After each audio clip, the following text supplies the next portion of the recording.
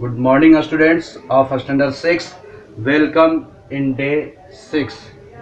As you know that in day 5, I have explained an activity to show that how is it possible to glow the bulb when connection between bulb and cell is in by different methods. Okay.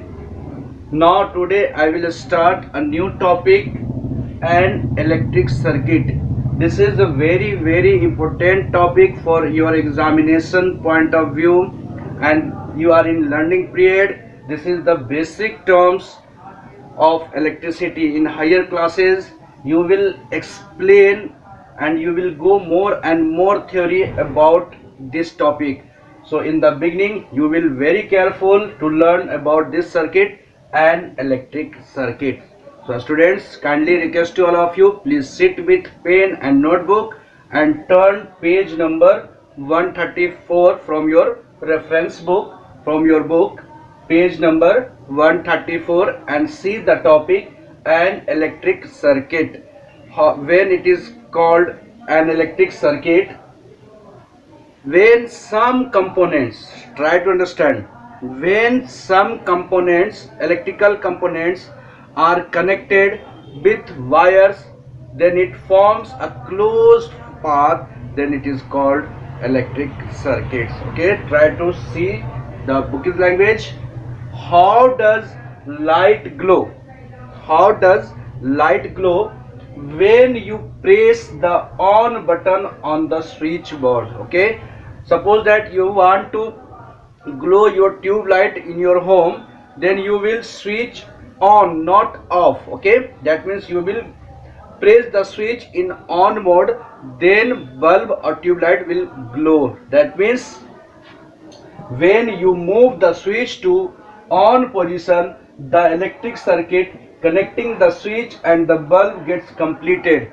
That means when switch is in off position, that means there is a no closed path between bulb or bulb and the cell. Okay, and when you connect, you will press the switch in on mode, then the wire is connected, there is no broken wire in the between the bulb and the cell, then bulb will glow. Okay, this causes electricity or electric current to flow through the light bulb, and when the bulb is not wire is not broken, switch is a device which is used to on and off, then that means circuit break or close. Okay, by the help of switch. Okay, so switch helps to glow or not glow the bulb. So see in the circuit, see the diagram, this is a cell, that is battery, and you will take a torch bulb, and when you connect it with two wires, positive terminal of the bulb to the positive terminal of the battery, negative terminal of the bulb to the negative terminal of the battery with two wires, then this is seen by current is always flows from positive terminal of the battery to the negative terminal of the battery. This direction, this arrow shows the direction of current. That means current is continuously flow from positive terminal to the negative terminal of the battery with passing through the bulb. Then bulb, light bulb will glow. This is the direction of this is the indication of glowing bulb. Okay, so bulb will glow when positive terminal to the positive terminal connection is connected, and the negative terminal to the negative connection negative terminal of the battery will be connected, then bulb will glow, and in any other condition except this, bulb will not glow. Okay, this connection that provides a complete path for the electricity to pass from the positive terminal of the cell to its negative terminal cell is called an electric circuit. This is complete closed path. Okay, this is completely closed path with cell, bulb and two wires. Then you will define electric circuit. The electrical components is connected with some wires and form a closed path is called electric circuit. Students, see, I have told you that to form an electric circuit there should be some electrical components. And what are these electrical components? This should be the compulsory electrical components to form an electric circuit are, see here, some important components of an electric circuits are these components are compulsory to connect and to form an electric circuit. Okay, so let us see. First component, a power source. Power source, that means which helps to generate current. Okay, and it gives from a battery or a cell. So we can say that to form an electric circuit, this is compulsory. In electric circuit there should be connection of a cell or a battery. Second components, wires that carry the electricity. The second compulsory component is wires. When wire is not present there, then we can't imagine to form an electric circuit. Why?